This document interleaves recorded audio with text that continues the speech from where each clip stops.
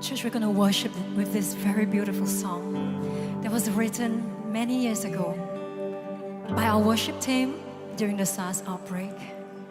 Right now, as you lift your hands in His presence, trust in Him. Amen. Trust that His perfect love will never fail you. Yes, Lord. We're going to lift our anthem of faith, 'cause you are faithful, Jesus. And we will say of you that you are our refuge, our fortress, our God. In you we will trust. I will dwell in the secret place of the Most High. I will stay in the shadow of your wings. For Lord, you are my refuge, my tower of strength. My hope is in you. Secure I stand. You will deliver me. Your truth will be my shield. Jesus, you cover me. In your love no fear prevails. I will dwell in the secret place of the Most High. I will stay in the shadow of your wings. For Lord, you are my refuge, my tower of strength. My hope is in you. Secure I stand. You will deliver. You will deliver me. Your truth will be my shield. Jesus, you cover me. In your love no fear prevails. You will deliver. You will deliver me. Your truth will be my shield. Jesus, you cover me. In your love no fear prevails. No evil, no terror, no arrow, no plague shall ever come near me. For you are my safety, my hiding place. Jesus, I trust in you. Just declaring no evil, no evil, no terror, no arrow, no plague shall ever come near me. For you are my faithful God. For you are my safety, my hiding place. Jesus, I trust in you. I trust. Yes, Lord, because I'm cast, because I'm fierce to you, Lord. We will trust. We will trust. Jesus, our refuge and tower. Just sing it right now. For Lord, you are my refuge, my tower of strength. My hope is in you. Secure I stand. For Lord, you are my refuge, my tower of strength. My hope is in you. Secure I stand. You will deliver me. Your truth will be my shield. Jesus, you cover me. In your love no fear prevails.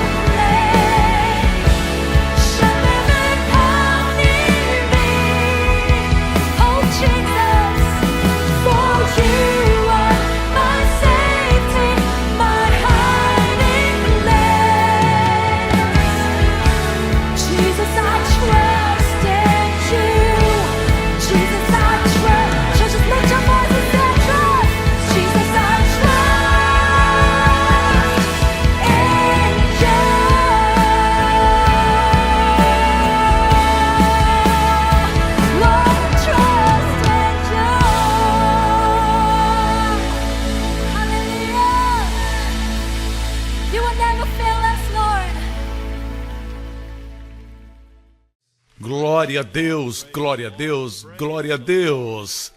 Aleluia! Vamos abordar agora uma série de mensagens sobre o Salmo 91.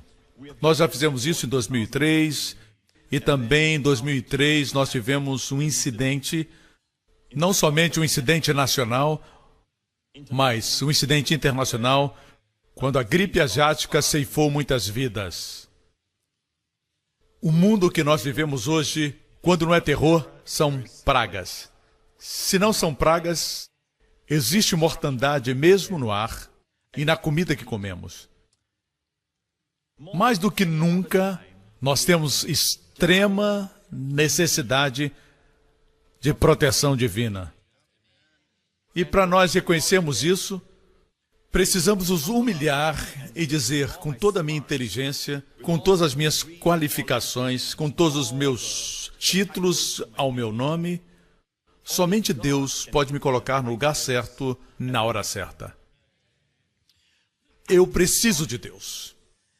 Eu me lembro do que Deus disse para Nabucodonosor, que ele era a cabeça de ouro da estátua que havia visto no sonho, interpretado pelo profeta Daniel. E ele disse para ele: eu te dei domínio, te dei poder. Na verdade, naquela época, ele era mesmo chamado Rei dos Reis.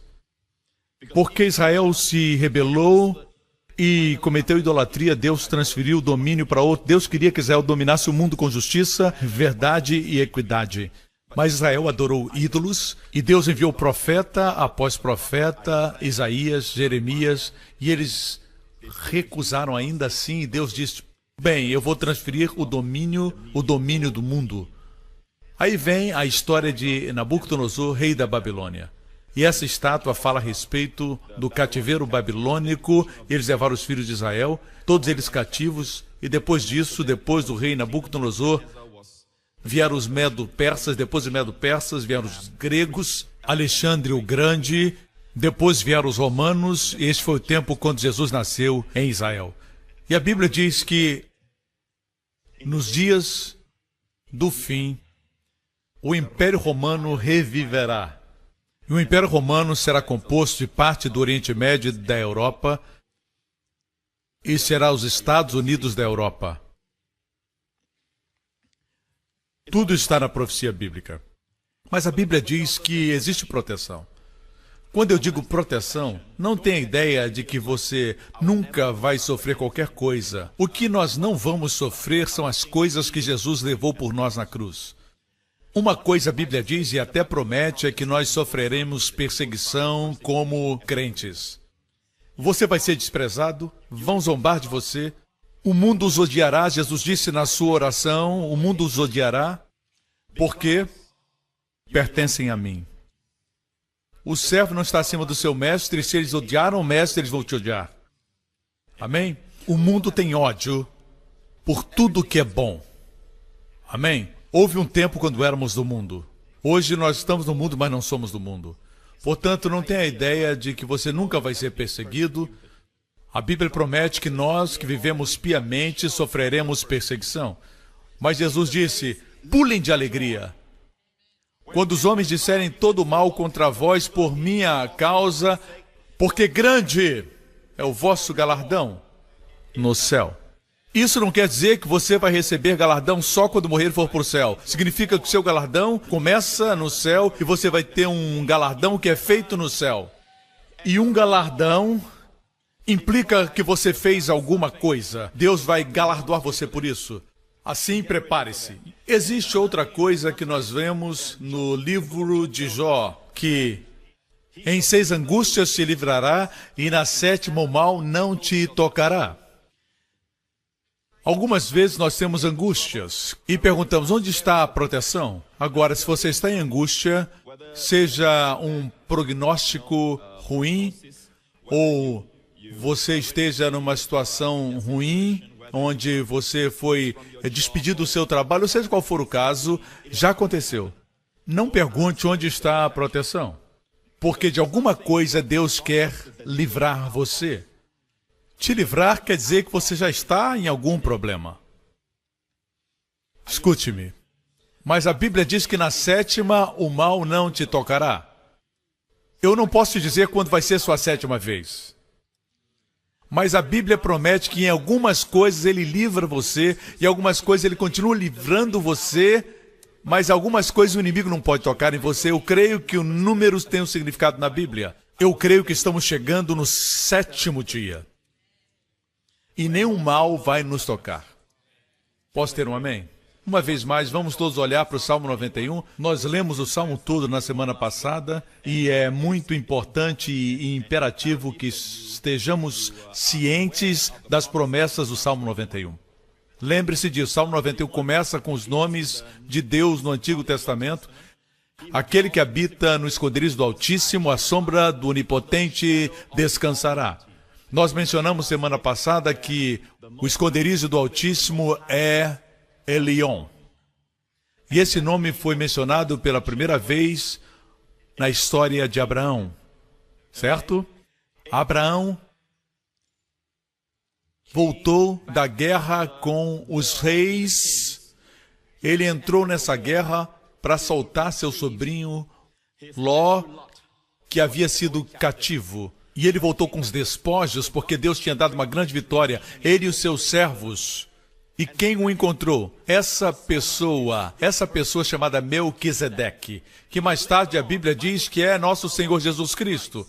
Ele não tinha pai nem mãe, não pais terrenos, e não tinha princípio nem fim, amém? Como filho de Deus. Alguém pode dizer que ele não é uma aparição pré-encarnada e é uma pessoa real. Seja qual for o caso, a Bíblia diz que esse Melquisedeque não tinha paz, não tinha início nem fim, e ele é o nosso Senhor Jesus Cristo.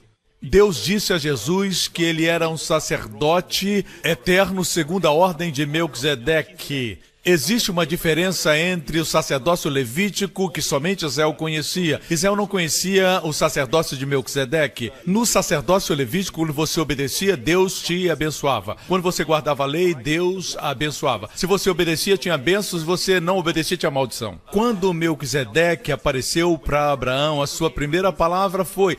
A primeira palavra desse sacerdote rei, porque Melquisedeque quer dizer sacerdote rei. Certo? Literalmente rei de justiça. E ele era sacerdote, assim ele é rei sacerdote. E sua primeira palavra foi bendito. Bracá. Bendito seja Abraão do Deus Altíssimo. E bendito o Deus Altíssimo. Ele abençoou Abraão, o crente, e depois abençoou Deus. E não existe nenhuma maldição. Assim, quando o Pai disse para Jesus, depois da sua ascensão, tu és sacerdote eterno, segundo a ordem de Melquisedeque, significava bênçãos e nenhuma maldição. Posso ter um amém? A Bíblia diz que Abraão respondeu, na verdade, deixe-me dizer que Melquisedeque, nas suas mãos, tinha pão e vinho. Ele trouxe o pão e o vinho. E por que isso é importante? Porque essa é a primeira vez que Elion aparece. Bendito seja Abraão, do Deus Altíssimo, de El Elion. Todas as vezes que qualquer coisa é mencionada pela primeira vez na Bíblia, isso é muito importante, muito mais o nome de Deus. Assim, a primeira vez que El Elion é mencionado tem a ver com a Santa Ceia, com reis e sacerdotes do Novo Testamento, com Abraão, um crente na fé. Isso é redundante, crente na fé, mas se você é crente, você tem fé, amém? O que estou dizendo é que todos nós somos um novo concerto. E então... ele trouxe pão e vinho, a ceia do Senhor. Isso é saúde. Então Abraão respondeu com o dízimo. Isso é riqueza. Ninguém mandou ele dizimar. Isso foi 400 anos antes dos mandamentos terem sido dados e dos outros mandamentos que também incluem o dízimo na lei. Mas esse episódio aconteceu antes da lei, mas ele conhecia o dízimo. Isso tem a ver com o nome El Elion. O que estou dizendo é que o esconderijo do Altíssimo, o Senhor me disse, vejamos o próximo versículo, a sombra do Onipotente, a palavra aqui é Shaddai. E Shaddai foi mencionado pela primeira vez para Abraão também, quando ele tinha 99 anos.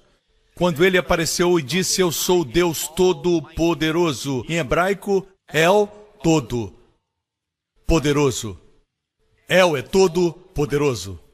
Todo-Poderoso, que aqui é Shaddai. Amém? Todo-Poderoso Deus, aquele que supre tudo, aquele que dá tudo, aquele que tem todos os recursos, amém? El Shaddai, quando ele tinha 99 anos, E essa é a razão porque Deus apareceu para ele finalmente como El Shaddai. Depois de 13 anos, ele tentou produzir resultados pela lei, por Agar. Abraão sabia que Deus era poderoso, mas não sabia que ele era todo-poderoso. Deus esperou até que ele não pudesse mais produzir. Quanto a gerar filhos, então Deus disse, você conhece o poderoso, agora você vai conhecer o todo-poderoso. A primeira menção é na vida de Abraão. Assim o Senhor me disse que a primeira menção do Altíssimo e a primeira menção do Shaddai, e Deus disse o que está no meio. Assim, a primeira vez que o Elion é mencionado, nós temos Gênesis 14. Então, 15, 16. No 17, Deus aparece como Todo-Poderoso El Shaddai. E Deus diz, descubra o que acontece nesses 2 capítulos, você saberá onde é o esconderijo do Altíssimo. Aquele que habita no esconderijo do Altíssimo, El Elion, descansará à sombra do Onipotente, Shaddai. Assim aqui está a sombra. E nós vimos na semana passada que o primeiro capítulo 15 fala a respeito da justiça pela fé. Olhe para as estrelas, Deus diz, veja se pode contar a história. E ele creu no Evangelho, e o mesmo Evangelho que nós cremos, e o Senhor imputou isso como justiça. Assim, esse foi o capítulo 15. No capítulo 16 é a história de Agar. Amém? Lembra da história de Agar? Ela é uma figura do concerto do Monte Sinai. Em outras palavras, depois de ser justificado pela fé, lide com Agar. Não existe como a sua serva ser aquela que cria o seu filho. Sua esposa deve ser aquela que cria o seu filho. Nós não precisamos que a lei crie o nosso filho. O menino precisa de uma mamãe. Nós não precisamos que a serva cuide do marido. Posso ter um amém? Assim, igreja, muitos crentes ficam estagnados no capítulo 15. Eles não chegam ao El Shaddai ainda. Agora, existe uma discussão muito grande a respeito da lei que foi resolvida no Conselho de Jerusalém, em Atos 15. Foi resolvido há 2000 anos atrás e alguém quer reabrir o caso e as pessoas perguntam, nós estamos ainda sob a lei? Leia o livro de Gálatas. Amém?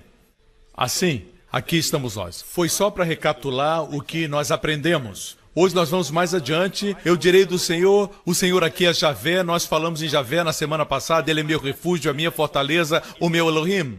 Ele é meu Elohim e nele eu confiarei. Eu confiarei. Batak, confiar. Verso 3. Porque ele te livrará do laço do passarinheiro. Muito interessante. Laço do passarinheiro é uma armadilha para o passarinho. E nós somos comparados a passarinhos. Na verdade, a analogia e a comparação com pássaros é usada muito nesse salmo de proteção. Deus diz, te livrarei, Deus vai nos livrar de todo laço que o inimigo coloque diante de nós. Posso ter um amém? É por isso que se alguma coisa é atraente por ela mesma, ou se alguma coisa é muito bonita, você não precisa de um laço. Você precisa de uma armadilha quando você quer distrair alguém para que essa pessoa não veja que existe alguma coisa que vai cair sobre ela e prendê-la, como um laço. Você entende? Assim o diabo está aí para prender. Por isso temos que ter compaixão das pessoas que foram laçadas. Não queremos ferir quem já está ferido. Somos cristãos. Quando alguém cai em pecado, tem gente que diz, ah, você está ferido? Um problema a menos. Não, eles foram pegos na armadilha. Você lembra quando era você? Temos que ter compaixão com aqueles que foram presos pelo laço do passarinheiro. Assim, ele te livrará. Ele te livrará da peste perniciosa. Perniciosa, calamidade perigosa. Não viva a vida com medo. O inimigo quer que você ponha o seu foco naquilo que é mal. Veja, milhares e milhares de aviões aterrissaram bem ontem. E hoje mais milhares e milhares vão aterrissar bem, sem problemas. Mas quando alguma coisa acontece, o inimigo quer que você coloque atenção e ele diz, podia ter sido você. Você me escuta? Eu tenho uma palavra para pessoas assim. Você se lembra que no início desse ano eu orei esse salmo sobre você? Por que fiz isso? Todos os anos, quando eu tenho o tema do ano, eu não oro o Salmo 91.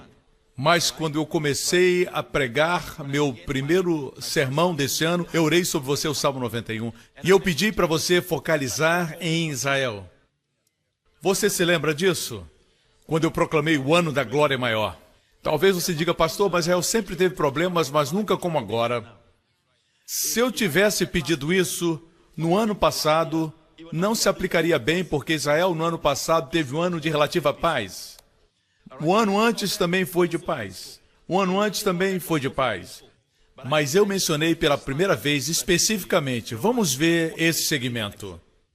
Uma outra coisa que eu quero que você saiba é que este ano você deve olhar para Israel. Olhe para Israel como nem outro ano antes. Olhe para Israel. Olhe o que acontecerá em Israel. Coisas grandes. Eu não vejo este ano, e eu não quero desencorajar você, mas eu estou vendo nesse próximo ano um ano com muito caos.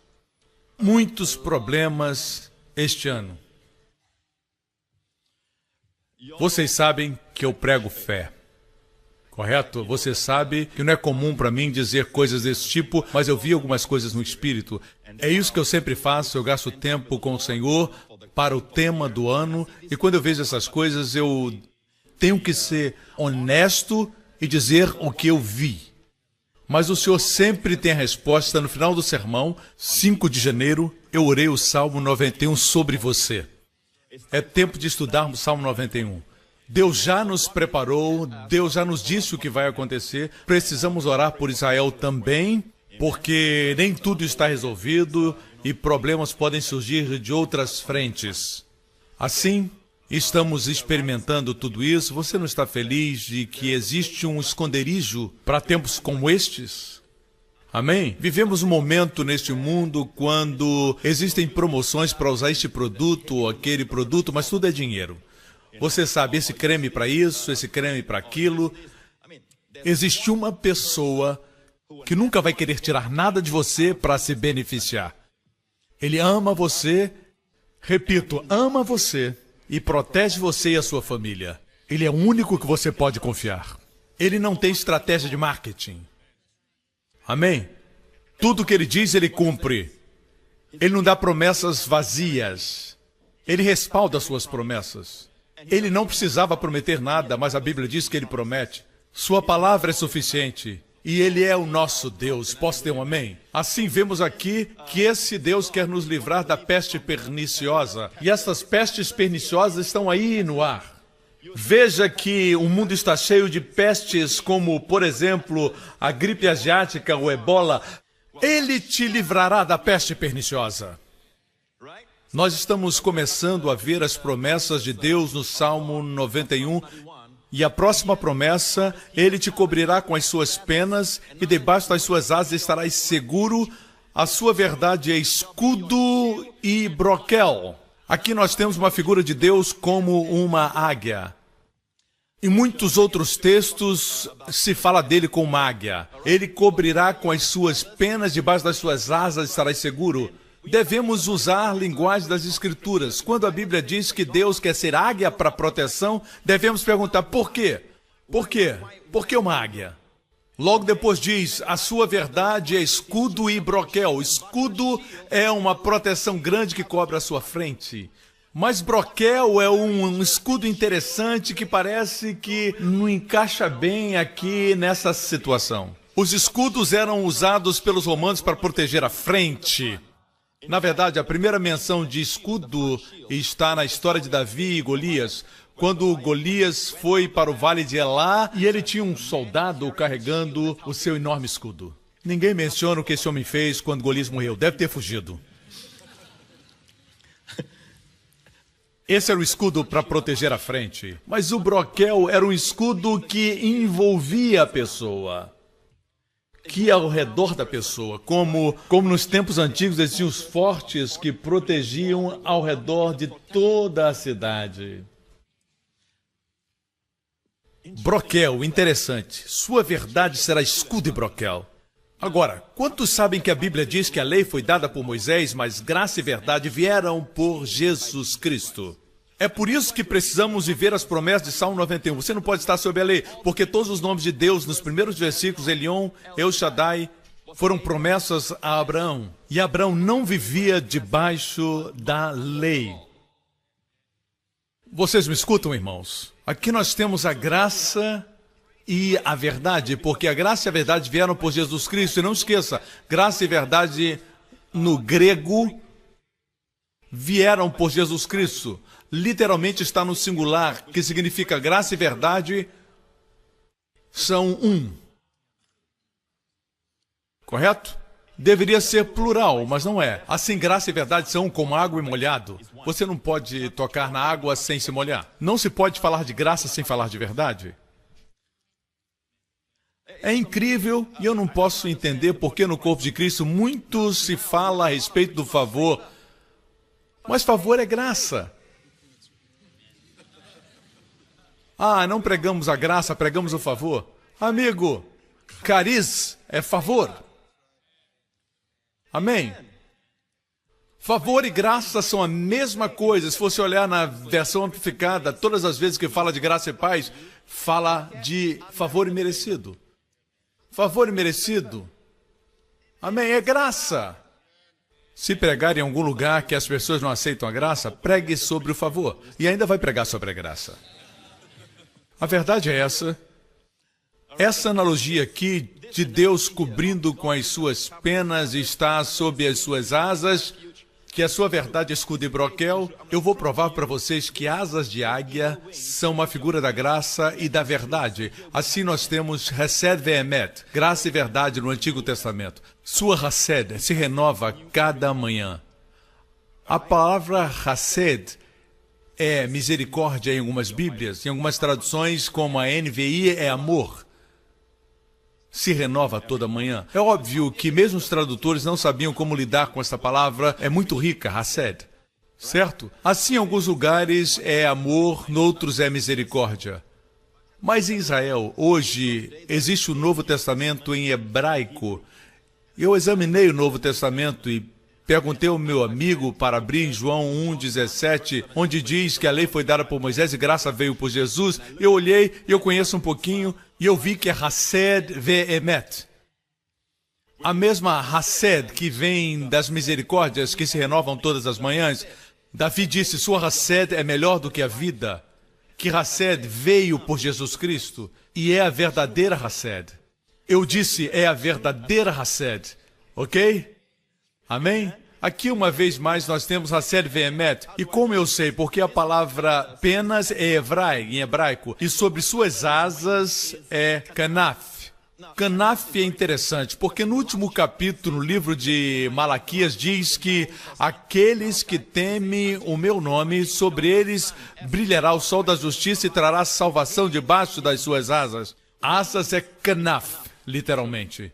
Hoje os rabinos dizem que o manto da oração é o kanaf, as asas. Não esqueça que Jesus disse que eles alargam as franjas das suas vestes, mas eles não têm poder. Não compre um manto de oração, porque não existe poder nisso. E é isso que significava quando aquela mulher veio a Jesus e o tocou, porque ela sabia que o Messias é o Filho da Justiça, e quando a justiça fosse pregada, revelaria o Filho, e então as pessoas seriam curadas e receberiam. Assim, Evrá é penas, Kanaf é asas. Nós temos uma referência em que os dois estão presentes, Deuteronômio 32. Em Deuteronômio 32, temos o Cântico de Moisés. Moisés ia passar para estar com o Senhor. Israel entraria, depois da sua peregrinação, entraria na terra prometida através do rio Jordão. E Deus disse para Moisés, vou te dar um cântico, eu quero que o povo cante essa canção nos dias que virão e nas gerações de gerações, e se alguma coisa acontecer com eles, eles cantarão essa canção e vão se lembrar de mim. Era um cântico para Israel. E parte da letra diz isso, como a águia desperta o seu ninho, se move sobre os seus filhos, estende as suas asas. Asa aqui é kanaf. Toma-os e os leva sobre as suas asas, ou penas, que é Evrá. Aqui nós temos duas referências e um versículo. Aqui está falando de como Deus os tirou do Egito. Os tirou com asas de águia. Quando preparava esta mensagem, o Senhor me disse para dizer a vocês que Ele ainda nos carrega em asas de águia, quando eles voam.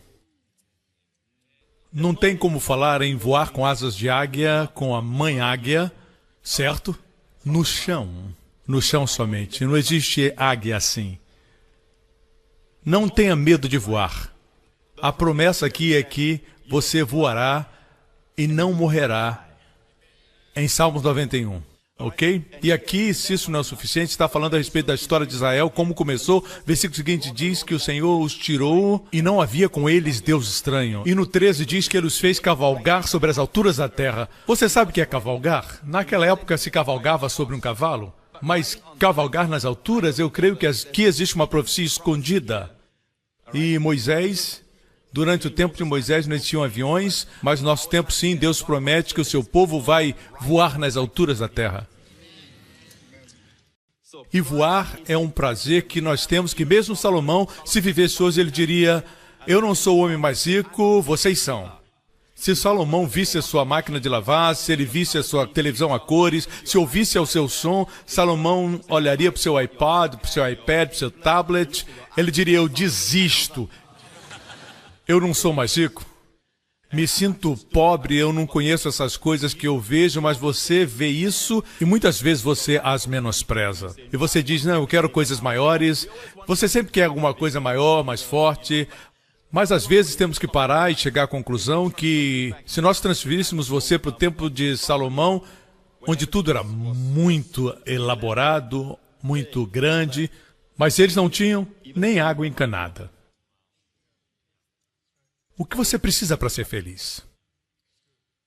Amém? Eu não estou falando com vocês. Eu estou falando com Singapura. Parem de reclamar. Comece a viver, comece a aproveitar a vida. Aleluia. Estou falando com o mundo. Amém? Em algum momento temos que parar de reclamar dos nossos filhos e começar a curti-los. Corrigi-los, sim. Mas corrigi-los é como retirar dinheiro do banco.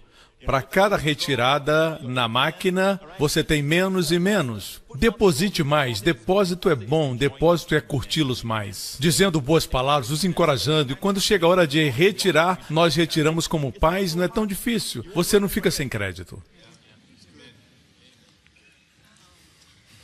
Correto? Este é um lindo cântico. Veja isso. Eu vou provar para você que as asas de águia são a graça. Em Êxodo 19, você sabe que Êxodo 19 vem antes de Êxodo 20? Que revelação! Em Êxodo 20 encontramos os 10 mandamentos. É aí que encontramos os 10 mandamentos. Amém? Onde você encontra os 10 mandamentos? Agora, Êxodo 19, Deus os trouxe, eles vieram do Egito algumas semanas antes, e Deus os trouxe para o Monte Sinai, e Deus os disse... Correto? Deus chamou Moisés da montanha e Deus disse: é isso que dirás aos filhos de Israel. Vós tendes visto o que fiz aos egípcios, como vos levei sobre asas de águia e vos trouxe a mim. Deus queria que eles continuassem na aliança com Abraão. Deus os trouxe não porque eles eram bons, mas porque Ele é bom. Deus não abriu o mar vermelho porque eles eram fiéis, mas porque Ele era fiel. Eles murmuravam em todo o caminho, cada lugar eles reclamavam. Deus não os trouxe e nem adocicou as águas amargas de Mara porque eles eram obedientes, mas porque Deus estava mantendo a aliança com Abraão, que era incondicional. E agora Deus diz: continue nessa aliança, a graça os trouxe até aqui, graça os levará para o lar. E nós vemos aqui que as asas de águia são esse período.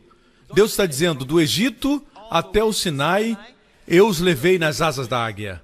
Em outras palavras, o período da graça é o período das asas de águia. Em outras palavras, quando eu estou sob a graça, eu caminho muito mais rápido.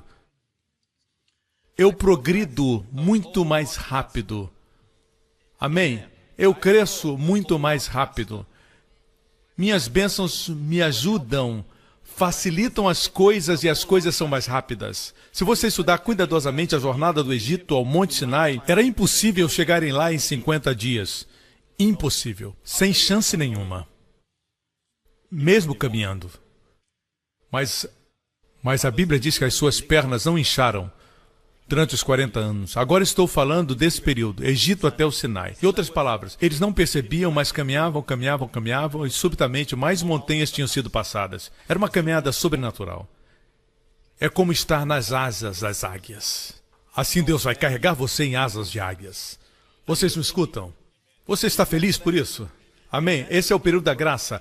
E a ideia aqui é trazer você para mim mesmo. A forma como Deus nos traz para Ele mesmo é que Ele revela-se a si mesmo em toda a sua bondade, em toda a sua beleza. Isso é lindo. Ele foi o primeiro a entrar na arca de Noé. Ele foi e disse, entra na arca, tu e a tua família.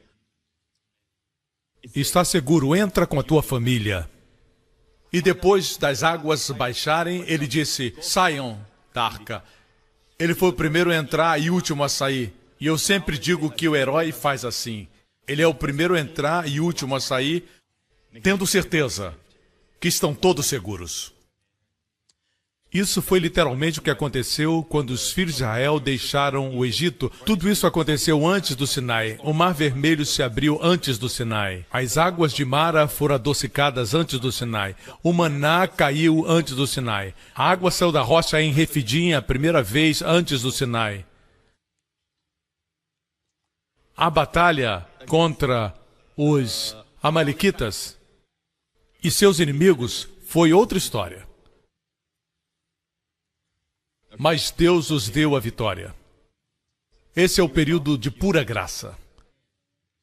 Quando os inimigos vieram contra eles, seja através de um desastre natural ou outra forma, Deus lhes dava uma provisão. Você acha que eles eram perfeitos? De forma alguma. Eles reclamavam, eles estavam murmurando o tempo todo. Murmurar é pecado. Mas Deus disse, eu os levei em asas de águias contra todos os seus inimigos, contra toda falta, todas as necessidades. Não é Deus bom? Mas deixe-me dizer que o Espírito de pura graça está conosco agora permanentemente. A Bíblia diz que a lei veio em Romanos capítulo 5, a lei veio para que a ofensa abundasse. Estude a palavra, a lei veio, literalmente para Sogom. Para é lugar. Veio para o lugar. Nunca foi a agenda de Deus. A agenda de Deus era a graça. A lei veio não para nos fazer justos, mas para que a ofensa abundasse.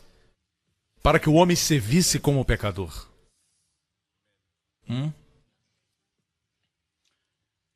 Dessa forma, esse é o momento das asas de águias. Finalmente, eles disseram, eles se orgulharam. Kol asher diber Adonai na'aseh. Tudo que o Senhor falar, nós faremos. Isso aconteceu antes de Deus lhes dar a lei. Nem sequer ouviram os mandamentos e disseram, tudo nós faremos. Bang! E aí veio o bezerro de ouro. Saindo do Egito, não desejavam o bezerro de ouro, mas tinham todo ouro. Cruzaram o Mar Vermelho e não desejavam bezerro, mas tinham todo ouro. Depois das águas amargas de Mara, eles ainda tinham ouro, mas não tinham um bezerro. Como apareceu então esse bezerro de ouro? Eles se colocaram debaixo da lei. E isso tem acontecido no mundo inteiro. Essa é a minha maior preocupação. Estou dizendo para as pessoas que a força do pecado é a lei. Graça é o poder para a santidade. O pecado não terá domínio sobre vocês, não porque estão sob a lei, mas sob a graça. É hora de pregarmos a verdade para o corpo de Cristo. Para que o corpo de Cristo chegue ao nível que Deus quer que eles estejam, amém? Então, quando Deus deu a lei, Deus sabia que eles falhariam, então Deus disse para eles, olha, existe um lugar que eu quero construir no Mishkan, no tabernáculo, é chamado Santo dos Santos, Kadosh HaKadoshim, o Santo dos Santos. Esse é o lugar, é o propiciatório. Veja o propiciatório, a arca do concerto. É isso que Deus diz em Êxodo 25, versículo 20. E os querubins estenderão as suas asas por cima, cobrindo as suas asas o propiciatório. As faces deles estarão voltadas para o propiciatório. A palavra asas aqui, Kanaf, temos de novo asas, versículo 21. Porás o propiciatório em cima, ali virei a ti, ali falarei contigo, em cima do propiciatório. Bem, alô? Propiciatório. Esse é o meu ministério. Estou pregando do propiciatório. Alguns pregam do trono do juízo. Estou pregando do Monte Sião. Alguns estão pregando do Monte Sinai. Eu quero que cada pastor, cada líder comece a pregar do Monte Sião e do propiciatório. Posso ter um bom amém? O propiciatório é o lugar onde as asas dos querubins estão. Olhe para a figura uma vez mais, correto? Davi diz que é aí que o sangue é aspergido, no propiciatório. É como se Davi estivesse dizendo: eu quero ficar lá, à sombra das tuas asas. Eu quero estar sob a sombra das tuas asas, o lugar do sangue. Eu não sou perfeito, mas o sangue é. Amém? E a sua proteção está lá. Vocês me escutam? Se nós vivêssemos no Antigo Testamento e eu fizesse essa pergunta, correto? Qual o país mais santo no mundo? Você diria no Antigo Testamento Israel. Eu perguntaria de todas as cidades em Israel, qual é a mais santa? Você diria Jerusalém. E eu diria em Jerusalém, na cidade, qual a localização que é a mais santa? Você diria a montanha onde o templo está. E se eu dissesse das partes do templo, qual o lugar mais santo? Qual o mais santo de todos? O Santo dos Santos. Aqui está o Santo dos Santos, só tem um móvel ali dentro. E no Santo dos Santos, qual o lugar que é mais santo? É o propiciatório. Portanto, aí no coração de Deus, a coisa mais santa é sua misericórdia. Kiporet, a cobertura do sangue. Você entende? Não é uma questão de graça de um lado e santidade do outro. Você toca graça, você toca santidade. Amém. Ok. Vou compartilhar com você para concluir. Vocês estão falando, não? Sim! Eu vou falar dos nomes de Deus de uma maneira poderosa, mas antes de irmos a isso, eu quero compartilhar alguma coisa que eu li agora. Eu li ontem, mas na totalidade agora. Veio de Nova York, Estados Unidos. Algumas noites atrás, meu marido e eu estivemos em um engarrafamento por 5 horas. Não podíamos mover o carro, não sabíamos o que tinha acontecido. Colocamos um sermão do pastor Joseph Prince, intitulado O Esconderijo, onde encontramos proteção em longa vida. Depois descobrimos que o acidente tinha acontecido 5 segundos à frente de nós. 5 segundos. Assim o Senhor nos ajudou e nos protegeu daquele acidente. Nós somos abençoados e amados pelo Senhor. Hoje meu marido, mais uma vez, foi protegido miraculosamente de outro acidente. Parece que o motorista teve um ataque cardíaco e desmaiou. Isso provocou um engavetamento e todos os carros na frente e atrás tiveram os motoristas levados para o hospital. Apesar de tudo, meu marido está completamente são. Apesar de ele ser um excelente motorista, ele sabe que não pode receber o crédito. Tudo aconteceu tão rápido que ele não podia reagir. Na verdade, cremos que foi o Senhor que o protegeu uma vez mais, porque naquela manhã ele estava lendo o devocional pelo pastor Prince, que citava referências bíblicas do Salmo 91, que diz: Ele te cobrirá com as suas penas e debaixo das suas asas estarás seguro. Você conhece o versículo. Verdadeiramente não existe lugar mais seguro no universo do que sob as asas do Salvador. Que bendita certeza nós temos em saber que mesmo que exista destruição ao nosso redor, sempre existe um refúgio e um conforto no Senhor, e Ele é a paz e a proteção e o suprimento. Essa senhora não sabia que eu ia pregar nessa série. Ela nem sabia que o seu testemunho seria usado para falar do Salmo 91. Eu contei semana passada a respeito da irmã que estava no hotel Ritz, em Jakarta. É ali que eu estaria. Eu sempre prego lá na igreja em Jakarta e sempre me colocam no hotel Ritz-Carlton, em Jakarta. E em 2009, ou 2008, ou 2007, não sei, aconteceu um ataque terrorista. Ele entrou no restaurante, na hora do café da manhã e se detonou. Era um suicida e uma das mães que estavam ali, ela estava lá naquele momento e ela estava exatamente atrás da coluna quando explodiu a bomba. E ela estava declarando o Salmo 91. E ela me escreveu que ela tem o costume de, quando se levanta pela manhã, ela reivindica o Salmo 91. Isso é que é estar no lugar certo, literalmente na hora certa. Minha esposa e eu já demos esse testemunho 3 anos atrás, e eu ia começar a pregar sobre a visão do ano. E naquela semana, nós fomos jantar bem tarde e a praça de alimentação estava muito vazia. Muitos lugares para sentar e nós sentamos num lugar. Somente alguns restaurantes estavam abertos, nós fizemos o nosso pedido. Enquanto estávamos comendo, esse homem veio até nós. Ele caminhou para onde estava a Wendy e eu, pegou uma garrafa de cerveja que tinha sido deixada lá. Era tarde, os faxineiros já tinham saído. E ele pegou aquela garrafa, veio até nós. Eu vi de relance, mas não deu tempo para reagir. E tinha uma coluna onde nós estávamos comendo, correto? E ele quebrou aquela garrafa na coluna, mandando cacos para todos os lados. Eu me assustei porque ele estava tão perto de nós que eu e o Wendy ficamos assustados e eu ia me desviar. Só um pouquinho. Eu sei que a igreja me perdoa, correto? Se eu estivesse sozinho, tudo bem, mas minha esposa estava lá, meu filho. Amém? A gente tem que ser homem. Às vezes tem que brigar para ser um homem. Não. Eu não estou mandando você brigar, só estou dizendo que eu quase briguei. Vocês não são religiosos. Na verdade, eu fiquei de pé, certo? E o sujeito olhou para mim, caminhou rapidamente e eu não pude pegá-lo. Cacos para todos os lados, eu pensei que o Wendy tinha sido atingido ou eu tinha sido atingido. Eu não percebi por causa da adrenalina. Eu estava tentando ir atrás dele, mas estava preocupado com ela. Eu olhei, tinha cacos para todos os lados, mas então percebemos que ao nosso redor existia quase, e o Wendy é testemunha, quase que um círculo. Os vidros pararam. Como se existisse um círculo, dizendo, daqui não passa. E talvez você se lembre que eu compartilhei o tema do ano 3 anos atrás. Esse foi um dos testemunhos. Às vezes as pessoas dizem assim, eu sou um motorista cuidadoso, pastor. Não põe sua confiança nisso. Você pode ser cuidadoso, mas tem bêbados. Tem motoristas adolescentes, gente que corre muito. Não é sua culpa.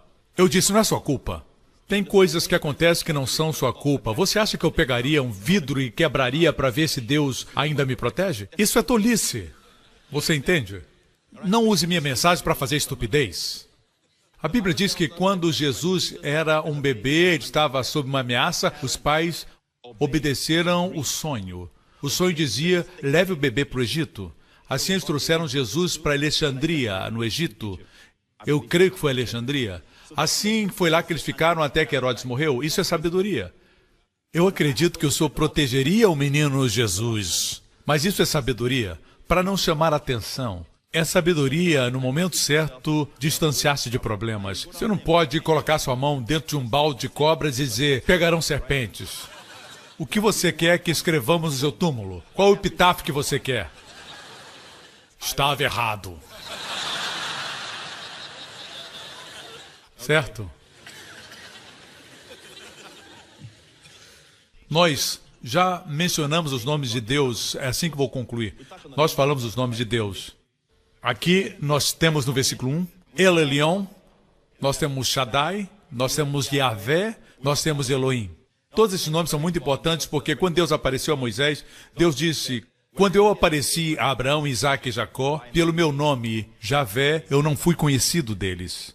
Mas por meu nome, El Shaddai. Assim, Abraão, Isaac e Jacó conheciam mais a Deus com El Shaddai do que com Javé. Mas quando estudamos a vida deles, Yahvé era mencionado. Eles chamam o nome de Javé, mas ainda assim a revelação de Javé não era forte. Assim, estudar os nomes é importante. Cada nome tem seu significado.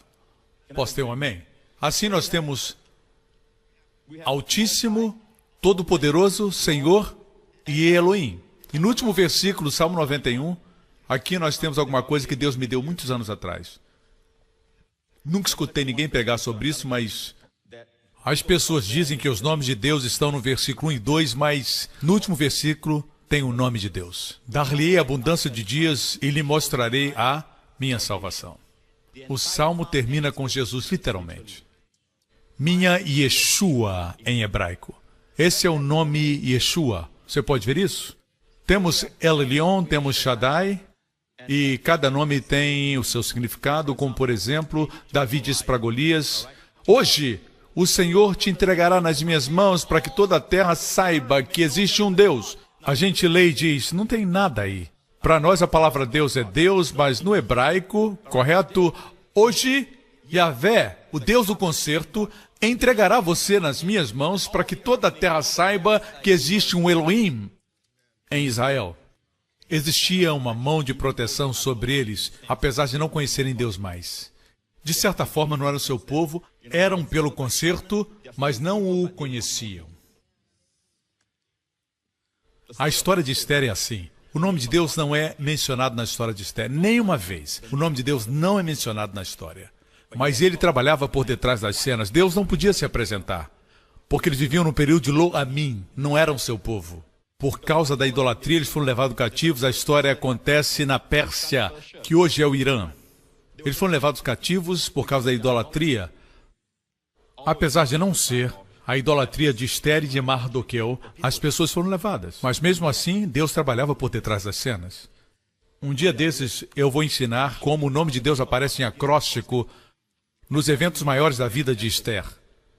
Correto? Assim, o nome de Deus é importante. Nós temos Yeshua, o nome de Jesus. Mas nunca esqueça que existe um nome mais que Jesus veio revelar. Isso é muito importante. Da mesma forma que aprendemos no Salmo 91, todas as escrituras do Antigo Testamento devem ser trazidas para o novo concerto. Talvez você diga, pastor, mas eu não conheço todos os nomes de Deus. Tudo bem, filho de Deus. Só existe um nome que você precisa conhecer. Pai. Pai. E esse nome denota família. A Bíblia diz que você não pode chamar Deus de pai a não ser que você tenha recebido o espírito de filiação. Quando você diz pai, todos os temores desaparecem. Veja, volte para o versículo que fala das penas. Versículo 4. Ele te cobrirá com as suas penas, e debaixo das suas asas estarás seguro, a sua verdade escudo e broquel. Agora podemos dizer que graça, suas asas são graça. Toda a dispensação da graça e verdade. Assim nós dizemos, Haser Vehemet. Agora, como ele pode dizer, aquele que habita no esconderijo do Altíssimo, a sombra do Onipotente descansará? Vem aqui, irmão. Fique de pé aqui. Agora você está debaixo da minha sombra. Agora está debaixo da sombra. Antes estava debaixo do cuspe. Agora está sob minha sombra. Veja, porque você veio para perto. Ele veio para perto. Obrigado. O versículo 4 diz, ele te cobrirá com as suas penas. Estar sob as suas penas significa o quê? Proximidade. Você não pode pegar o Salmo 91 e dizer, eu reivindico essa promessa, eu reivindico essa promessa. Isso não é o que Deus quer que você se aproxime dele. Não diga, vou recitar 5 vezes, 5 vezes é o número da graça. Agora, o Senhor está obrigado a me proteger. Algo acontece, você fica com raiva. Não é assim que isso acontece. Não, isso fala de relacionamento. Fala de habitar sob a sombra. Fala de estar sob as asas, sob as penas. Jesus chorou sobre Jerusalém e ele disse assim em Mateus, ó Jerusalém, Jerusalém, que matas os profetas e apedrejas aos que te foram enviados. Quantas vezes eu quis juntar os seus filhinhos como a galinha junta os seus pintainhos sob as minhas asas, mas vocês não quiseram. A vossa casa ficará deserta. Não diz aqui que foi ele que a fez deserta. Deus não fez a casa deserta. Eles deixaram a casa deserta. Porque eu vos digo que desde agora não me vereis mais até que digais bendito que vem em nome do Senhor. Hoje em Israel existe um ditado que se fala muito. E Jesus prometeu que quando Israel dissesse bendito é aquele que vem em nome do Senhor, ele retornaria. E em hebraico é Baruch Haba, bendito seja, Bashem Adonai, Baruch haba Bashem Adonai. literalmente, bendito aquele que vem no nome do Senhor. Aqui fala de intimidade. Lembra quando você era pequeno e trovejava à noite e você estava no seu quarto? Quando tinha medo, o que fazia? Você ia brincar com seus brinquedos? Não. Você corria para o quarto do papai. E você pulava na cama. E o que você fazia? Você ia para debaixo das asas da mamãe. Certo? Você se escondia lá. E depois de um tempo, você dormia profundamente. Você não tinha que aprender os 7 passos para vencer o medo. A presença dos seus pais, pais que o amavam, você tem que ser assim. A última coisa que uma criança quer é correr para o quarto de um pai abusador e levar uma surra. Assim, alguns são feridos porque o nome pai traz a ideia de dor. Lembra rejeição, dor e abuso? Quero te dizer que esse Pai Celestial ama você. E Ele quer ser como uma águia, como uma galinha. Jesus diz, como eu gostaria de juntar-vos sob minhas asas. E Ele chorou, e eu creio que Ele viu o holocausto, não somente o que aconteceu no ano 70, mas Ele viu o futuro. E Ele disse, não quisestes. Quer dizer, nós devemos querer estar debaixo das suas asas. Ele disse, a última parte do versículo 37 diz, e tu não quiseste. Você quer ser protegido? Você quer estar próximo a Ele? Você quer ter a Ele como refúgio?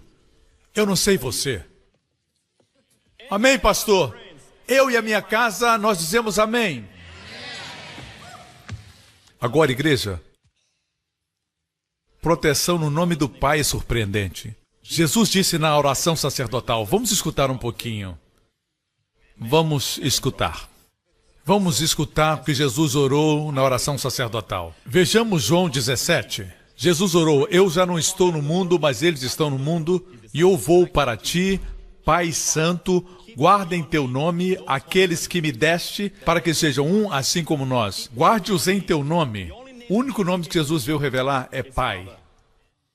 Isso os entregou, foi oferecido primeiro ao povo judeu. Eles disseram, ei, não se preocupe com o que é a vez de comer, ou de beber, ou vestir, porque o vosso Pai Celestial conhece que tens necessidades. Se o vosso Pai vestiu os lírios dos campos, que hoje existem e amanhã não, quanto mais Ele não vestirá vocês? Ei, homens de pouca fé! O vosso Pai conhece o que vocês necessitam antes de pedirem. E Ele continuou pregando, o vosso Pai falava ao povo de Israel, antecipando que o receberiam como rei, tornando-se filhos de Deus. Mas eles o rejeitaram. Eles só conheciam um Deus duro, eles queriam mantê-lo no Santo dos Santos, queriam mantê-lo no templo, para que ficassem livres para fazer o que quisessem, eles não queriam intimidade.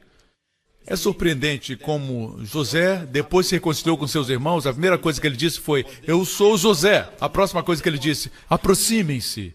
Esses são os irmãos que o traíram, o rejeitaram, causaram anos de dor, certo? Aproximem-se. Colocarei vocês na terra, os pequeninos, os animais, tudo que vocês têm na terra de Gozém. Olhe para a palavra Gozém, tudo tem um significado na Bíblia. Olhe para Gozém. Gozém significa aproximação. Gozém. E nesse lugar eu vou dar a provisão. Aproxime-se de Deus. Antes de você entrar num avião, tire um momento e diga, Pai, estamos embarcando juntos. Pai, eu sou seu filho. Eu não sei como fazer. Orações poderosas com o pastor Lawrence. Ele é tão poético quando ele ora. Eu não sei cantar com Bob Fitts.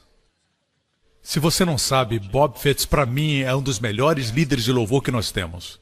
E sou muito feliz porque Deus o manteve jovem e forte, porque uma nova geração precisa do seu ministério. E para aqueles que perguntam, pastor, quem o senhor recomenda como líder de louvor e que vai dar uma consciência forte de Jesus, além da Hillsong, eu altamente recomendo Bob Fitts e suas músicas e seus álbuns.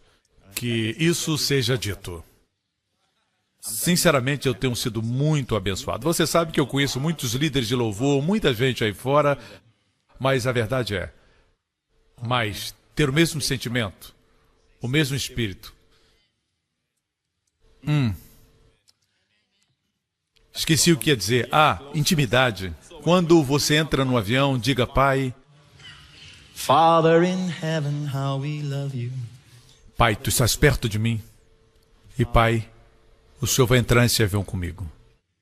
Isso é muito melhor do que eu dizendo, eu proclamo isso, eu declaro aquilo. Como se Deus trabalhasse para você. Eu já declarei, agora é sua vez. Eu vou declarar, não esqueça de fazer. Certo? Muitas vezes nós pensamos que a nossa confissão é nossa declaração. Mas, amigo, Vamos ser realistas. Não tem como reivindicar promessas sem intimidade. E quando fala habitar sob a sua sombra, debaixo das suas asas, fala de intimidade, amor, família. Você sabe que os únicos pequeninos, as águias pequenas que podem se abrigar debaixo das asas da mãe, são seus filhotes. Fala de família. Fala de família. Um cachorrinho não pode fazer isso. Correto? Assim, o amor da mãe é o amor que mais se parece com o amor de Deus, mas o amor de Deus é maior. Deus ama aqueles que não são amáveis, aqueles que não são seus. Quando Ele os salvou, eles não eram seus. Uma mãe ama uma criança porque é sua. Nada se compara ao amor de Deus. Jesus diz, guarda-os no teu nome, isso é proteção no nome do Pai. Enquanto estava no mundo, os protegi no teu nome. Sabe como os protegeu? De se desviarem, certo? Teria sido pior para Pedro, teria sido pior para os outros, em termos de desviar-se, se Jesus não os lembrasse. O Pai ama vocês, o Pai entende vocês, o Pai sabe o que necessitam. Assim que os guardou, pastores e líderes, é assim que devemos guardar o povo?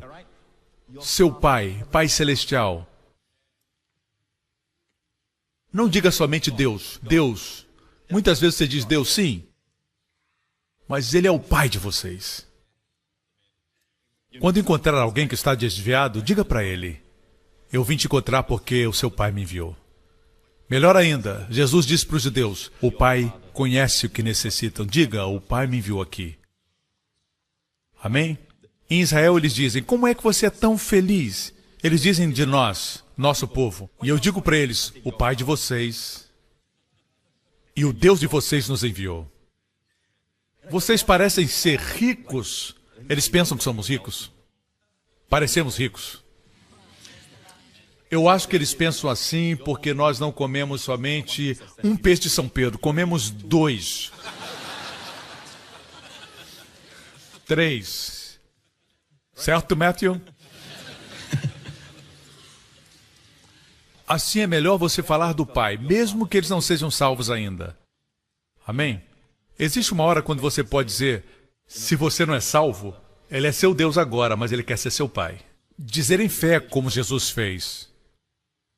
Durante o tempo de Jesus dos Evangelhos, ninguém era nascido de novo. Assim Ele orou por Israel e Ele dizia, nosso Pai. Ele orava, nosso Pai que está nos céus. E ninguém podia dizer, meu Pai. Depois que foram salvos, podiam dizer, meu Pai. Você entende? Se torna individual. O espírito da filiação. Vamos descer.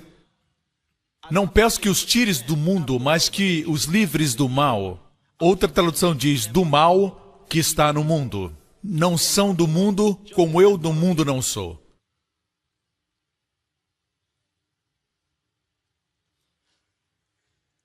Mas pastor Príncipe, ele orou por seus discípulos. Vamos descer. Eu não rogo somente por estes, mas também por aqueles que pela sua palavra hão de crer em mim. É você. É você. Ele não orou somente por eles, mas por aqueles que creriam. Isso é você, diga amém. Certo? E finalmente o Senhor quer que nós tenhamos o amor do Pai. O amor do Pai. E termina com esses 2 versículos. Pai justo, o mundo não te conheceu, mas eu te conheci. E estes conheceram que tu me enviaste a mim. Não espere que o mundo entenda seu relacionamento com o Pai. E eu lhes fiz conhecer o teu nome. Qual nome? Qual nome? Pai. E o farei conhecer mais, para que o amor com que me tens amado esteja neles e eu neles esteja. Lindo. Lindo. Gênesis 22. E aconteceu depois dessas coisas que tentou Deus a Abraão e disse, Abraão, e ele disse, Hineni, eis-me aqui, em hebraico, Hineni, eis-me aqui. E disse, toma agora o teu filho, o teu único filho, Isaque, a quem amas, e vai-te à terra de Moriá, e oferece-o ali em holocausto sobre uma das montanhas que eu te direi. Pega o teu filho, teu único filho, Isaque, a quem amas. Pense bem, Abraão tinha 2 filhos, o outro era Ismael. Por que Deus disse teu único filho? Porque Deus se referia ao seu filho, seu único filho, o filho que amava. Nós sabemos que Deus não queria sacrifício humano. Era um teste, uma demonstração visual que seria lida por todas as gerações para que elas vissem o amor de Deus. Porque, amigo, essa é a primeira vez na Bíblia que a palavra amor, ahav, é mencionada. A primeira menção está aqui. E essa primeira menção fala a respeito do amor do Pai pelo Filho. O amor do Pai pelo Filho. Olha aqui, amigo. Jesus disse: ninguém conhece o Pai, exceto o Filho, e aquele a quem o Filho revelar. Eu quero que o Filho revele o Pai para mim. Assim, a primeira menção do amor na Bíblia é o amor do Pai pelo Filho. A segunda menção está... Aqui é Gênesis 22, a segunda menção está em Gênesis 24. Gênesis 24 é o maior capítulo em Gênesis. Por quê? É a história de um servo buscando uma noiva para o filho de Abraão. E essa história tem durado 2000 anos. Deus está preparando uma noiva para o seu filho. É uma noiva maravilhosa. É a história de Rebeca em Gênesis 24. A história de Rebeca é a história da igreja. Quando o servo a viu, ele disse: você quer me seguir para casar com um homem que você nunca viu? E ela disse sim. Essa é a nossa jornada. E da sua bolsa ele tirou todo o ouro, braceletes de ouro. São os dons do Espírito Santo, o dom da fé, a operação de milagres, curas. Ele colocou ouro no seu nariz. Naqueles dias era uma decoração linda. Nariz é discernimento, a palavra do conhecimento, a palavra da sabedoria. Finalmente, ela trouxe as suas madrinhas com ela. Elas viajaram dias e dias antes de chegarem. Essa é a nossa jornada hoje, igreja. E finalmente, quando ela viu Isaac, a Bíblia diz que ela desceu do camelo, mas os rabinos judeus dizem que ela caiu do camelo nos braços de Isaac. É isso que vai acontecer. A igreja vai ficar maravilhada quando enxergar o noivo. Não haverá mais enfermidade, nem doenças, nem pobreza, nem morte, nem separação, nem velhice, nem tédio e nem dormir mais quando o pastor está pregando. Não vai ter mais, não vai ter mais. Não vai ter mais. O capítulo mais longo, eu creio que ao redor da fogueira, todas as noites quando paravam, elas e suas madrinhas ouviam o servo de Abraão falar a respeito de Isaac. Como Abraão levou Isaac para Moriá e toda a história. E ela se apaixonou por alguém que ela nunca havia visto. Tell me the story of Jesus. Quem é esse servo? He's the Holy Spirit who's come to glorify the Son. Tell me the story of Jesus.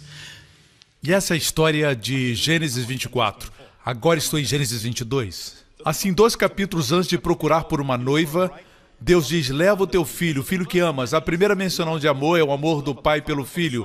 A segunda menção de amor é do filho do noivo por sua noiva. Isaac amou a Rebeca. Rivka, como se diz em hebraico. Isaac amou a Rebeca. Yitzhak, ahev, Rivka, amou Rebeca. Veja a história, você a conhece, eu não vou detalhar. Deus diz: toma o teu filho, teu único filho, o filho que amas. Aqui parece que Deus força a barra. Ele não diz somente pega o teu filho Isaac, mas o filho, o único filho, o filho que amas. Deus sabia que seria difícil para Abraão, mas ele era um homem de fé e o ofereceu no Monte Moriá. Vamos continuar. Abraão pôs a lenha do sacrifício às costas de Isaac e eles andaram uma jornada de 3 dias. Se você for a Jerusalém, eu posso mostrar a trajetória que eles fizeram para o Monte Moriá, que hoje é a montanha do templo. A Bíblia diz que tinham 2 homens que seguiam no jumento com a lenha e Abraão diz: fiquem aqui, eu e o menino vamos adorar. É a primeira menção de adorar em português. Em hebraico, é a segunda vez que aparece. A adoração envolve a cruz, envolve a redenção. Quando Jesus falou sobre a adoração com a mulher no poço, ele disse a ela que o Pai busca adoradores. O Pai está procurando. O Pai procura por adoradores. É isso que o Filho disse. E ele é o Filho que Deus ama. Você nunca vai entender como Deus ama você até que você entenda como Deus ama o Filho, porque Ele entregou o seu Filho por você. E eles foram. Abraão pôs a lenha do sacrifício às costas de Isaac, pegou no sílex para o fogo e no cutelo e prosseguiram juntos. Diz, e caminhando os dois juntos. Todas as vezes que eu leio esse texto, eu tenho nova revelação. Ontem eu estava lendo e caminhavam os dois juntos. Essa é a história de Jesus. Ele pegou a lenha e colocou sobre Isaac. Esse era o madeiro que Jesus carregou e ele caiu com a cruz. No filme A Paixão de Cristo, nós vemos a mãe, mas quando eu leio isso, é o pai que está lá. Os dois caminharam juntos. Filho, só um pouquinho mais, filho. Lembre-se que ele ainda era pai, não era ainda Deus. Mas na cruz, quando ele se tornou pecado, aí existia uma distância, ele era Deus. Aqui ainda era o pai, eu creio que foi o pai que o ajudou. E disse, vamos, filho, vamos.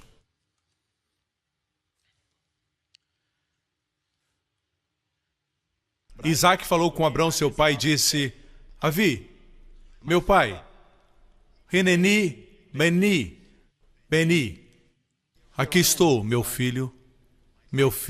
Não foi somente Ben, afeição. Seu coração estava cheio. Ele sabia o que iria acontecer com seu filho. E ele disse, Avi, meu pai. E ele disse, Hineni, Beni, aqui estou, meu filho. Veja, temos lenha, temos lume para o fogo. Mas onde está o cordeiro para o sacrifício? Onde está o cordeiro para o sacrifício? E Abraão respondeu, meu filho, Beni, Deus proverá para si o cordeiro para o sacrifício. Assim caminharam, ambos juntos. Eu já li muitas vezes, a Bíblia é incrível. Quantas vezes você lê uma passagem e, bem, você vê uma coisa que nunca viu? No caminho para a cruz, o Pai sofreu tanto quanto Jesus. Mas tinha que ser feito. A resposta que deu não era uma resposta, não existe identidade aqui. Deus iria prover o cordeiro. Ninguém sabe quem é o cordeiro. O filho perguntou, onde está o cordeiro? E o pai disse, Deus proverá um cordeiro para si. Finalmente, no Novo Testamento, João disse, quando Jesus caminhou e se aproximou dele, ele disse, eis, veja, eis o Cordeiro de Deus que tira o pecado do mundo. Esse é o Cordeiro, Isaac. Esse é aquele que você tipifica. Assim caminharam ambos. Imagine o filho carregando a lenha, assim como Jesus carregou a cruz para sua própria execução. Instrumento de morte, o filho carregou a lenha e colocou lá. Deve ter sido difícil para Abraão. Provavelmente ele cobriu os olhos do menino e quando ele ia enfiar a faca, Deus disse, Abraão, Abraão. Ele disse, sim, Senhor. Não estendas a tua mão sobre o moço. Agora eu sei que tu temes a Deus, porque não negaste o teu filho, teu único filho. Veja, como nós sabemos que Deus nos ama? Porque Ele não poupou seu filho, seu único filho, por mim, por nós. A única diferença é essa. Deus poupou o filho de Abraão.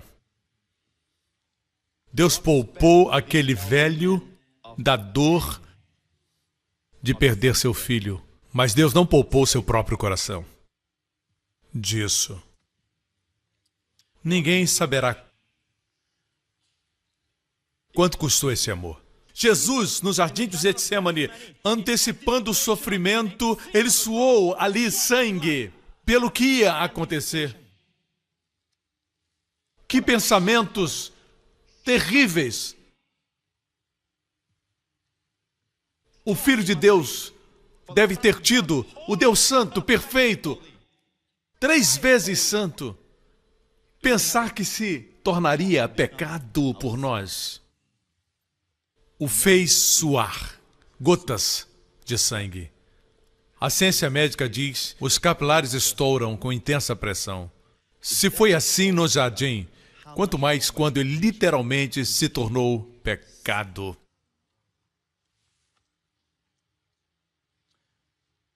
E ele disse, olha para trás de você. E ele olhou, e eis um carneiro atrás dele, travado pelas suas pontas num mato.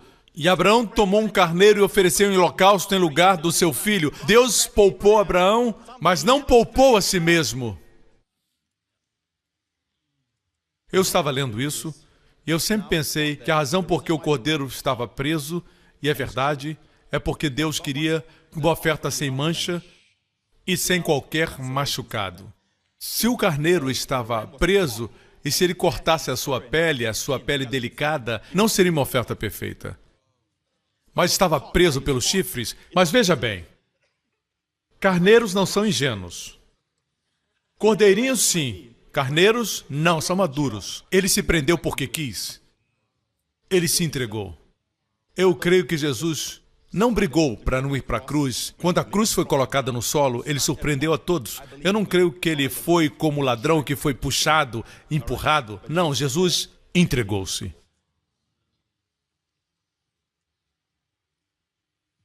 E a palavra mato, o léxico de Gesínio. Gesínio define que mato aqui é galhos entrelaçados.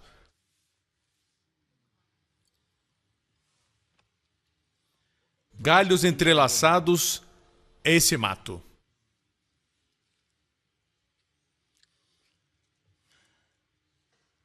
Você sabe como termina a história, certo? Quem desceu da montanha? Pai e filho. Eu estou seguro que ele abraçava seu filho, caminhavam lado a lado.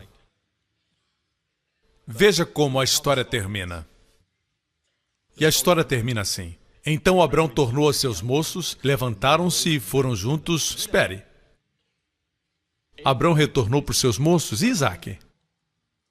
Não é mencionado. Na mente de Deus, somente Abraão voltou. A oferta foi feita. É uma figura de Jesus Cristo sendo oferecido. É por isso que Jesus disse aos fariseus, Abraão viu meu dia e se alegrou. Você não tem nem 50 anos, eles disseram para ele. Você viu Abraão? Não é que eu tenha visto Abraão. Abraão me viu. Vamos deixar claro, quem é o maior? Você viu Abraão? Não. Abraão me viu. Abraão viu o meu dia e se alegrou, porque antes de Abraão existir, eu sou. Em outras palavras, quando Abraão olhou para trás, ele não viu somente o carneiro, ele viu o Calvário, uma das maiores montanhas do Monte Moriá. É por isso que Deus tinha essa demonstração visual do que ele faria para salvar o homem de toda a sua impureza. E a propósito, isso se deu depois dessas coisas que anunciaram a Abraão, dizendo, eis que também Milca deu filhos a Naor, teu irmão. Por que o capítulo termina com o irmão de Abraão tendo um filho? E assim que o capítulo termina, você sabe por quê? Continue lendo. Não está aqui. Está 5 versículos depois. Melhor, 4 versículos. E diz que Naor gerou Betuel, seu filho. Betuel gerou Rebeca, a noiva de Isaque.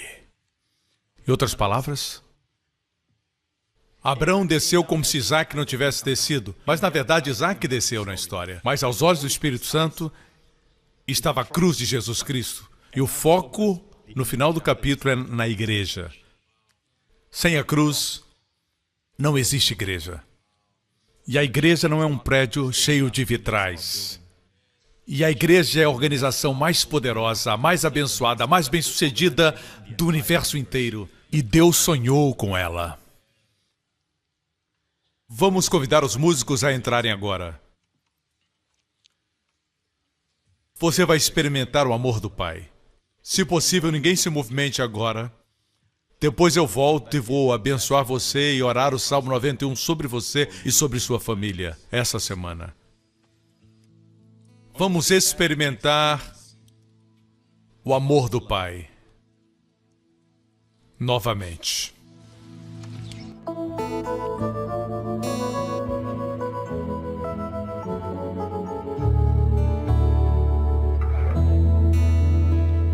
Oh, this must be the hardest hill I've ever climbed,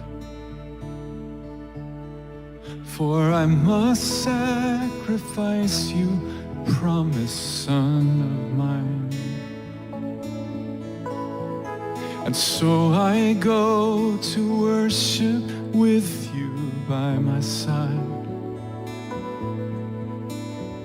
and trust a sacrifice He will provide. And though I cherish you, I must now offer you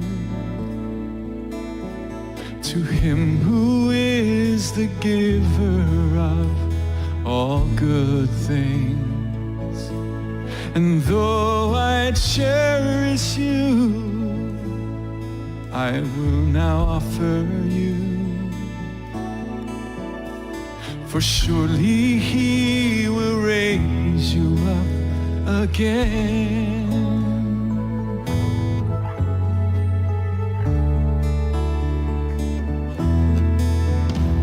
Here on this altar, Father, I lay all my dreams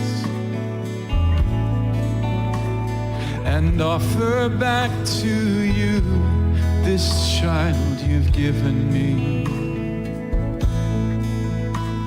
Oh, son, you must believe He's called us to obey, and by His love He'll make a better way. And though I cherish you, I must now offer you to Him who is the giver of every good thing. And though I cherish you, I will now offer you. For surely He will raise you up again. Oh, Abraham, oh, Abraham, now that I know you fear my name, withhold your hand. Oh, Abraham, oh, faithful man, your only son, he's not the one. Behold a lamb, behold the lamb, yeah. It must have been the hardest thing He'd ever done, when God the Father sacrificed His only Son, the one that He most cherished, gave His life away. And by His love He made a better way. And so I cherish you, and so I honor you. For truly you're the giver of all good things. And so I cherish you, and so I honor you. Your sacrifice, He's now the King of Kings. Jehovah Jireh, has provided the sacrifice of love no man could ever make. And what He requires of you and me, even the hardest things. Your blood, oh Christ, your sacrifice gives me strength to obey.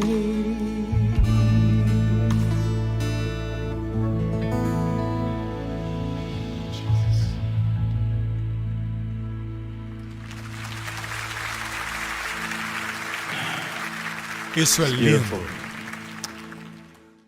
Porque Deus amou o mundo de tal maneira. Amou você, que Ele deu o seu Filho unigênito para que todo aquele que nele crer não pereça. Todo aquele inclui todos. Ninguém é deixado de fora. Não importa quanto você tenha se envolvido com o pecado, seu amor te alcança ainda mais. Seu amor é maior do que todos os seus pecados. Sua graça é maior do que todos os seus fracassos. Não estou pedindo que você abrace uma religião. Não é uma religião.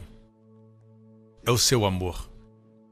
Eu estou te pedindo para abraçar um Salvador que deu sua vida por você na cruz e por todos os seus pecados. Eu te peço que abrace um Pai que ama você, mesmo antes que você o conhecesse. E se esse é você, onde você está, faça essa oração do seu coração agora.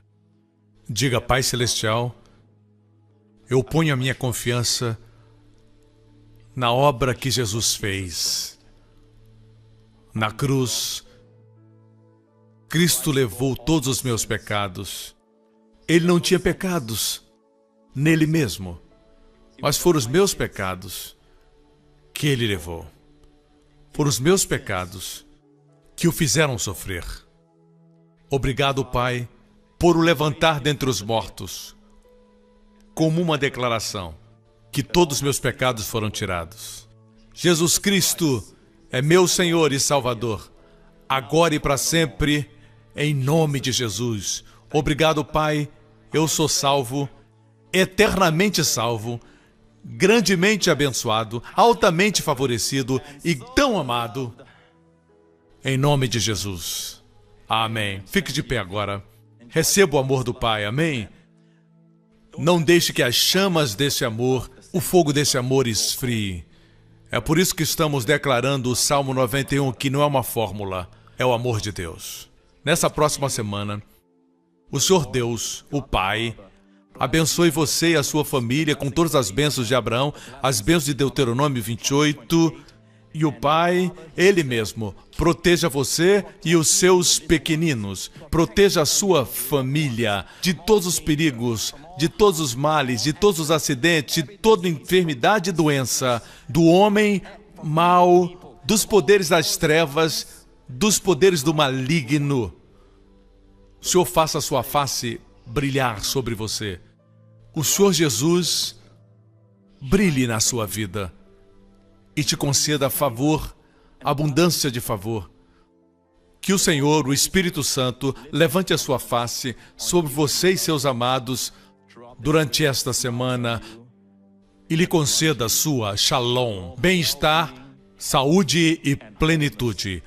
No nome do Senhor Jesus Cristo, e todos digam amém. Aleluia. Deus abençoe a igreja. Lembre que você não sai daqui sozinho. O Pai está com você. Deus o abençoe. Obrigado por sintonizar no programa de hoje. Esperamos que tenha sido uma bênção para a sua vida. Para mais informações sobre o programa da Igreja New Creation, acesse o site ncctv.org.sg. Lá você poderá se inscrever para receber um devocional diário do pastor Joseph Prince. Seja incentivado e fortalecido todos os dias e saiba o quanto Deus lhe ama através desses devocionais. Acreditamos que o seu dízimo pertence à igreja que você frequenta e oramos para que você seja grandemente abençoado, altamente favorecido e profundamente amado.